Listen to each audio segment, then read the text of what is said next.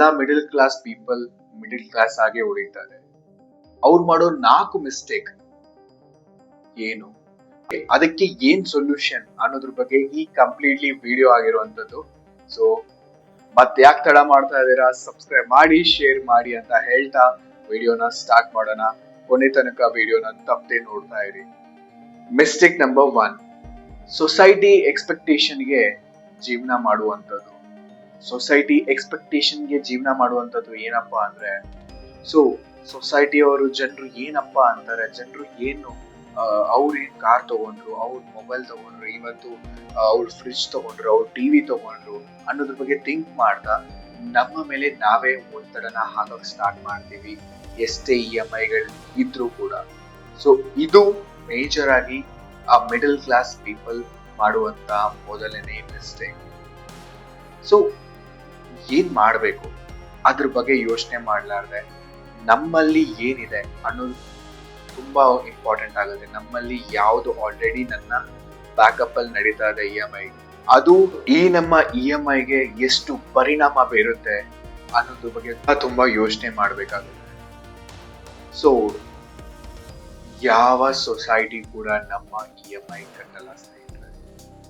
So mistake number 2, ಎಲ್ಲಾ middle class ಮಂದಿನೂ income ಬರೋದ್ರ ಬಗ್ಗೆ ಯೋಚನೆ ಮಾಡ್ತಾ ಇರ್ತಾರೆ, ಆದ್ರೆ ಯಾವ ಸ್ಕಿಲ್ ಮೇಲೆ ಅವ್ರನ್ನ ಇನ್ವೆಸ್ಟ್ ಮಾಡಬೇಕು ಅನ್ನೋದ್ರ ಬಗ್ಗೆ ಮರ್ತ್ ಹೋಗ್ತಾರೆ.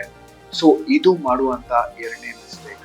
ಸೊ ಯಾರಿಗೂ ಟೈಮ್ನ ಪರ್ಚೇಸ್ ಮಾಡಕ್ಕಾಗಲ್ಲ, ಯಾರು ಟೈಮ್ನ ಕೊಂಡ್ಕೊಳಕ್ಕಾಗಲ್ಲ. ಮಿಡಲ್ ಕ್ಲಾಸ್ ಆಲ್ವೇಸ್ ವೇಟ್ ಮಾಡ್ತಾ ಇರ್ತಾರೆ, ನನ್ನ ಈ ಕಂಪನಿಯಿಂದ ತೆಗೆದು ಹಾಕ್ಬಿಡ್ತಾರೆ ಅನ್ನೋ ಕಂಫರ್ಟಬಲ್ ಝೋನ್ ಇಂದ ಅಲ್ಲೇ ಸ್ಟಿಕ್ ಆನ್ ಆಗಿರ್ತಾರೆ. ಅವರ ಸ್ಕಿಲ್ ನ ಇಂಪ್ರೂವ್ ಮಾಡಕ್ ಹೋಗ್ಲಾರ್ದೆ ಇನ್ಕಮ್ ಬರ್ತಾ ಇರುತ್ತೆ. ಅದೇ ತರ ನನಗೂ ಕಂಫರ್ಟಬಲ್ ಝೋನ್ ಇದೆ ಅನ್ನೋದ್ರ ಬಗ್ಗೆ ಥಿಂಕ್ ಮಾಡ್ತಾ ನೆಕ್ಸ್ಟ್ ನನ್ನ ಸ್ಕಿಲ್ ನ ಏನ್ ಡೆವಲಪ್ ಮಾಡಬೇಕು ಅನ್ನೋದ್ರ ಬಗ್ಗೆ ಮರ್ತು ಹೋಗ್ತಾರೆ. ಇದು ಮೇಜರ್ ಆಗಿ ಮಿಡಲ್ ಕ್ಲಾಸ್ ಪೀಪಲ್ ಮಂದಿ ಮಾಡುವಂತ ಎರಡನೇ ಮಿಸ್ಟೇಕ್. ಸೊ ಇದಕ್ಕೆ ಏನ್ ಮಾಡಬೇಕು, ಒಂದಕ್ಕೆ ಸ್ಟಿಕ್ ಆನ್ ಆಗೋ ಬದಲು ಅವರ 1 ವರ್ಷ ಆರ್ 2 ವರ್ಷ ಆ ಎಕ್ಸ್ಪೀರಿಯನ್ಸ್ ನ ಆ ಪ್ಲೇಸಿಗೆ ಕೊಟ್ಟು, ಆ ಕಂಪನಿಗೆ ಕೊಟ್ಟು, ಅಲ್ಲಿಂದ ಸ್ಕಿಲ್ ನ ಡೆವಲಪ್ಮೆಂಟ್ ಮಾಡಿ, ಆ ಕಂಫರ್ಟೇಬಲ್ ಝೋನ್ ಇಂದ ಮತ್ತೆ ಹೊರಗಡೆ ಹೋದಾಗ ಏನ್ ಸ್ಕಿಲ್ ನ ಡೆವಲಪ್ಮೆಂಟ್ ಮಾಡಿದಾಗ ಆಟೋಮೆಟಿಕ್ಲಿ ನಿಮ್ಮ ಸ್ಯಾಲ್ರಿನೂ ಜಾಸ್ತಿ ಆಗುತ್ತೆ, ಆಟೋಮೆಟಿಕ್ಲಿ ನಿಮ್ಮ ಸ್ಕಿಲ್ ಡೆವಲಪ್ಮೆಂಟ್ ಆಗುತ್ತೆ. ಸೊ ನೀವು ಏನ್ ಅನ್ಕೊಂಡಿರ್ತೀರಾ ಆ ಮಿಡಲ್ ಕ್ಲಾಸ್ ಮೆಂಟಾಲಿಟಿ ಹೋಗಿ ನಾವು ರಿಚ್ ಆಗೋದ್ರ ಬಗ್ಗೆ, ನಾವು ಏನ್ ಮಾಡ್ಬೇಕು ಅನ್ನೋದ್ರ ಬಗ್ಗೆ ಯೋಚನೆ ಮಾಡಕ್ ಸ್ಟಾರ್ಟ್ ಮಾಡಿ.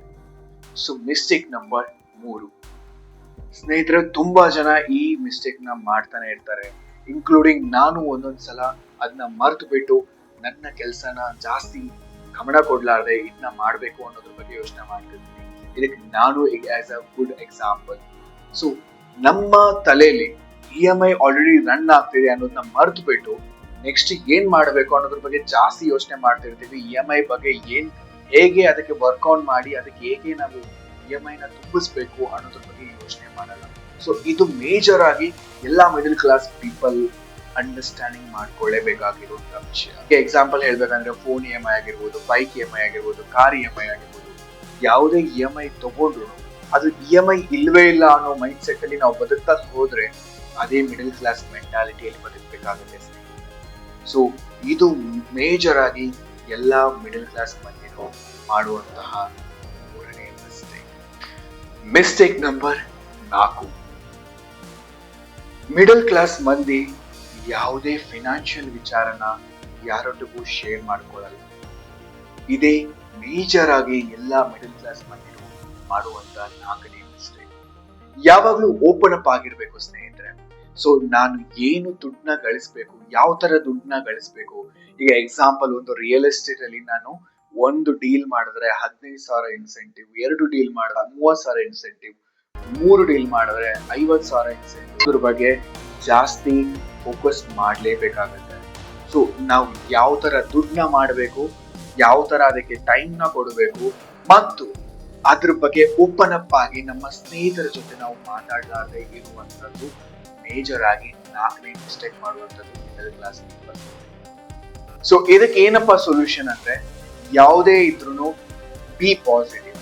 ಯಾವ ಮೈಂಡ್ ಸೆಟ್ ಅಲ್ಲಿ ಇದ್ರು ನೀವು ನೆಕ್ಸ್ಟ್ ನಾವು ಏನ್ ಮಾಡಬೇಕು ಅನ್ನೋದ್ರ ಬಗ್ಗೆ ಥಿಂಕ್ ಮಾಡ್ತಾನೆ ಇತ್ತ ಅಂದ್ರೆ, ಇವತ್ತು ಎಕ್ಸಾಂಪಲ್ ನನ್ನ ಹತ್ರ ದುಡ್ಡು ಮಾಡ್ಲೇಬೇಕು, ಇನ್ಸೆಂಟಿವ್ ನ ಮಾಡ್ಲೇಬೇಕು, ಡೀಲ್ ಮಾಡ್ಲೇಬೇಕು, ಸೇಲ್ಸ್ ಅನ್ನುವಂಥದ್ದು ಎಕ್ಸಾಂಪಲ್, ಸೇಲ್ಸ್ ಅನ್ನೋದನ್ನ ಕೊಡ್ತೀನಿ, ನನ್ ಸೇಲ್ಸ್ ಮಾಡಕ್ ಆಗಲ್ಲ ಅಂತ ಮೈಂಡ್ ಸೆಟ್ ಅಲ್ಲಿ ನೀವೇ ಫಿಕ್ಸ್ ಆಗ್ಬಿಟ್ರೆ ಆಟೋಮೆಟಿಕ್ಲಿ ಬಂದ್ ಆಗ್ಬಿಡುತ್ತೆ ನಿಮ್ ಮೈಂಡ್ ಸೆಟ್ ಅಲ್ಲಿ. ನೀವು ಹಣ ಮಾಡೋದ್ರ ಬಗ್ಗೆ ಯೋಚನೆ ಮಾಡಕ್ಕೆ ಹೋಗ್ಬೇಡಿ.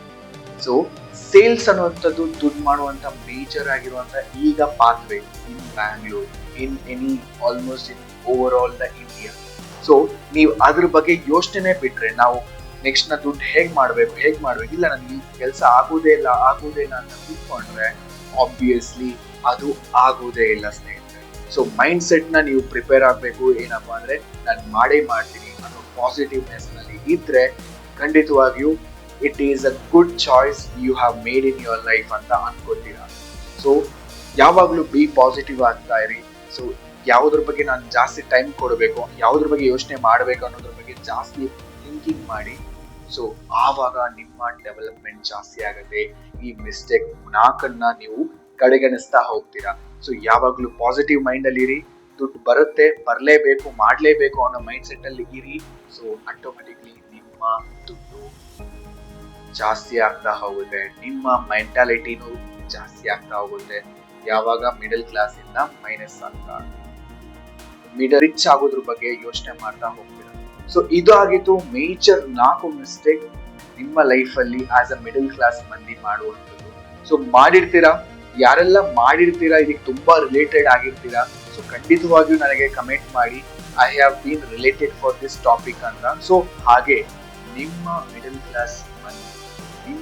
ಕ್ಲಾಸ್ ಸ್ನೇಹಿತರು ಯಾರೆಲ್ಲ ಇದ್ದಾರೆ ಅವ್ರಿಗೆ ಈ ವಿಡಿಯೋನ ಆದಷ್ಟು ತಲುಪಿಸಕ್ ಟ್ರೈ ಮಾಡಿ. ಸೊ ಅವರು ಇದನ್ನ ಕಲಿತು ಯಾವ ಮಿಸ್ಟೇಕ್ ನ ಮಾಡಬಾರ್ದು ಅನ್ನೋದ್ರ ಬಗ್ಗೆ ತಿಳ್ಕೊಳ್ಳೋದಕ್ಕೆ ಇದೊಂದು ಹಾದಿ ಆಗುತ್ತೆ ಅಂತ ಹೇಳ್ತಾ, ನಾನು ಇದರಲ್ಲಿ ಎಕ್ಸಾಂಪಲ್ ತಗೊಂಡಿದ್ದೀನಿ, ನನ್ನನ್ನ ನಾನು ತಿಳ್ಕೊಳ್ತಾ ಇದ್ದೀನಿ.